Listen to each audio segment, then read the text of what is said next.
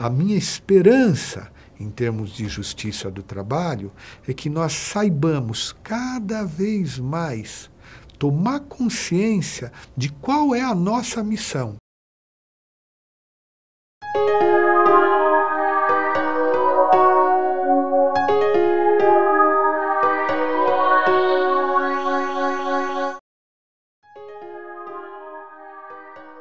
O papel da justiça do trabalho aparece como de suma relevância e ser, ao mesmo tempo, o presidente do Tribunal Superior do Trabalho, que deve dar a última palavra na interpretação da legislação trabalhista, e, ao mesmo tempo, do Conselho Superior da Justiça do Trabalho, que deve coordenar administrativamente, orçamentariamente, financeiramente, todos os TRTs, é um grande desafio.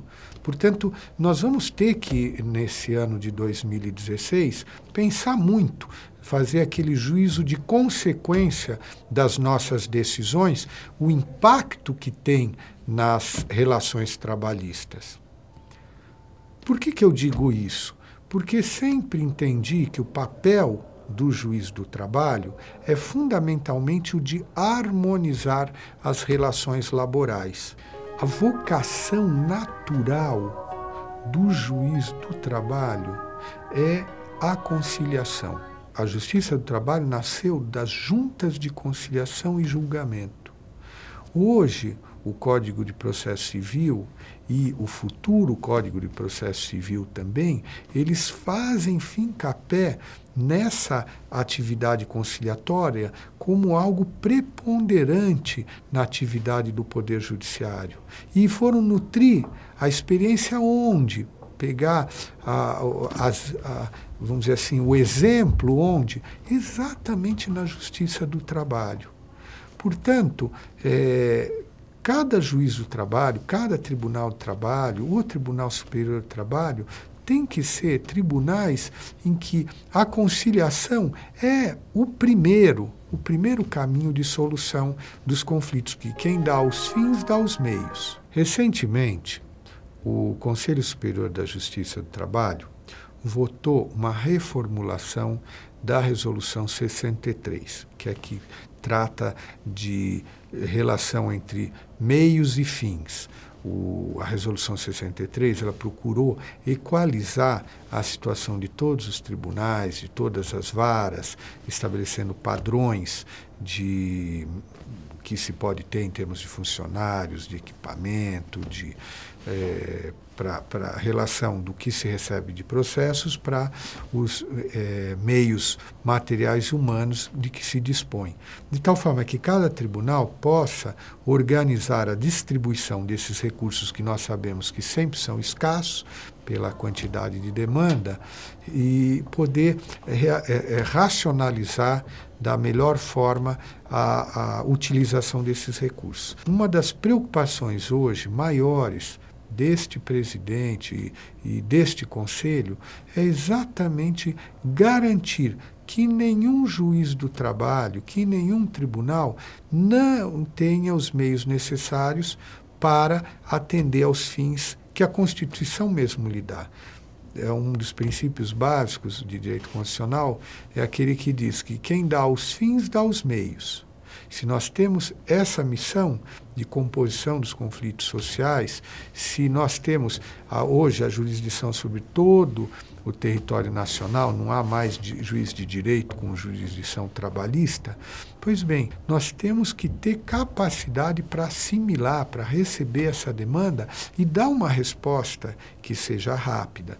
Para isso, vamos precisar, sim, dar uma melhorada no nosso sistema processual, para dar uma melhorada, por exemplo, na fase de execução das decisões das varas trabalhistas, da Justiça do Trabalho, porque o que nós temos hoje é, infelizmente ainda, um sistema muito lento, um sistema muito complicado.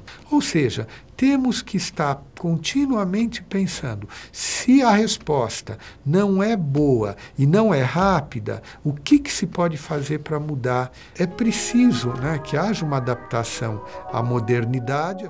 O PJE representou realmente, a partir da orientação do Conselho Nacional de Justiça, um avanço para a era da informática. O que significa? Você passar do papel de uma coisa física que você teria que levar de um lado para o outro, que ocupa espaço, que dificulta o manuseio, por um lado, representou uma evolução. Mas é preciso, né, que haja uma adaptação à modernidade. Essa adaptação nunca se faz sem traumas, mas a vantagem é que todos estamos operando num sistema único. Houve resistência, porque cada tribunal, alguns deles queriam que fosse o seu sistema, que seria melhor, mas antes um sistema único que todos conversam, do que um sistema perfeito, mas que só um que está operando com ele e os outros têm dificuldade de assimilar. Com isso, nós conseguimos que os processos andem um pouquinho mais rápido, cheguem aqui ao TST, com todas as peças já bastante triadas, e faz com que o exame, principalmente na hora de montar as minutas de voto, seja mais fácil. Portanto, vai ser um ganho para todos nós. Em qualquer parte do Brasil e do mundo, o advogado, o juiz, o procurador vão ter acesso aos autos e poder praticar atos. E esse sonho pode ser realizado. Hoje, qual é a realidade? Nós temos concursos em todo o Brasil, com datas diferentes, às vezes coincidindo datas, candidatos viajando o Brasil inteiro para fazer esses concursos, caravanas, você vai ver, são sempre as mesmas pessoas que vão tentando passar. O fato de ser o concurso nacional faz com que cada um faça o concurso no seu estado, na capital do seu estado. Esse concurso é feito no mesmo dia para todo o Brasil. Se pode fazer até com bancas, como são as bancas do Ministério Público, não só com 3 membros, mas com 5 membros. Um concurso assim que tem uma exigência maior, mas que consiga um recrutamento muito maior de magistrados. E aí, conforme a colocação, os magistrados vão escolhendo a região em que gostariam de ingressar, sabendo que a carreira, essa é feita no regional. Ele vai fazer o concurso nacional como um serviço que a Inamate presta aos tribunais regionais do trabalho, mas sabendo que depois, ao escolher tal regional, ele vai fazer carreira nesse regional, com eventual possibilidade de remoções, como acontece atualmente. E esse sonho pode ser realizado.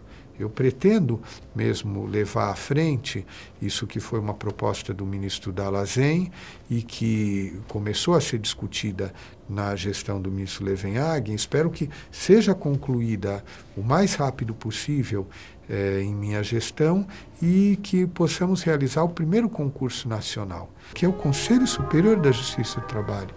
Nós temos o Conselho Superior da Justiça do Trabalho hoje como o órgão que coordena toda a atividade dos TRTs do ponto de vista administrativo, orçamentário, financeiro, mas ele é jovem, é um conselho jovem, e quando nós pensamos em juventude, nós pensamos em desenvolvimento de uma criatura que começou como uma sementinha, depois vai crescendo, os membros vão crescendo, vai aparecendo e desenvolvendo todas as suas potencialidades. O Conselho ainda tem muito a fazer, muito a influir no desenvolvimento da justiça do trabalho.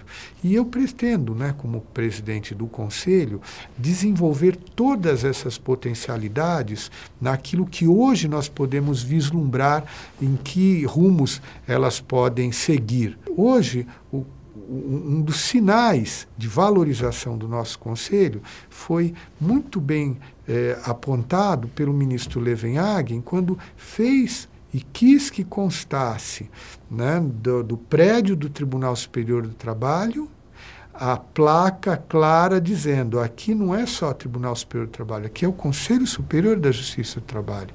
As nossas sessões são realizadas no plenário do Tribunal Superior do Trabalho. No futuro, pode ser que esse conselho tenha uma sede própria, como a tem o Conselho da Justiça Federal.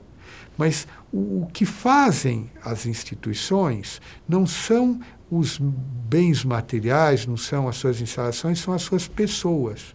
E é muito importante que, nesse caso e nessa quadra, ministros e desembargadores estejam muito unidos, com essa consciência de que cabe ao Conselho, sim, nessa quadra, ser muito austero, ser muito sóbrio, ser um órgão de controle que realmente aponte para aquilo que não está de acordo, por exemplo, com a Resolução 63, não está de acordo com os princípios éticos da administração pública. Por quê? Porque essa é a missão do Conselho. O Conselho não pode ser um órgão que simplesmente vê as coisas e decorativamente as deixa passar. A recente decisão do Conselho Superior da Justiça do Trabalho em relação à gratificação de exercício de cumulação de jurisdição foi um exemplo para o Brasil, para o Poder Judiciário, algo que o cidadão brasileiro esperava. Por quê? Porque não se pode dar aumento indiscriminado a título de que se está trabalhando muito, se está sobrecarregado. Todos nós estamos sobrecarregados hoje no Poder Judiciário.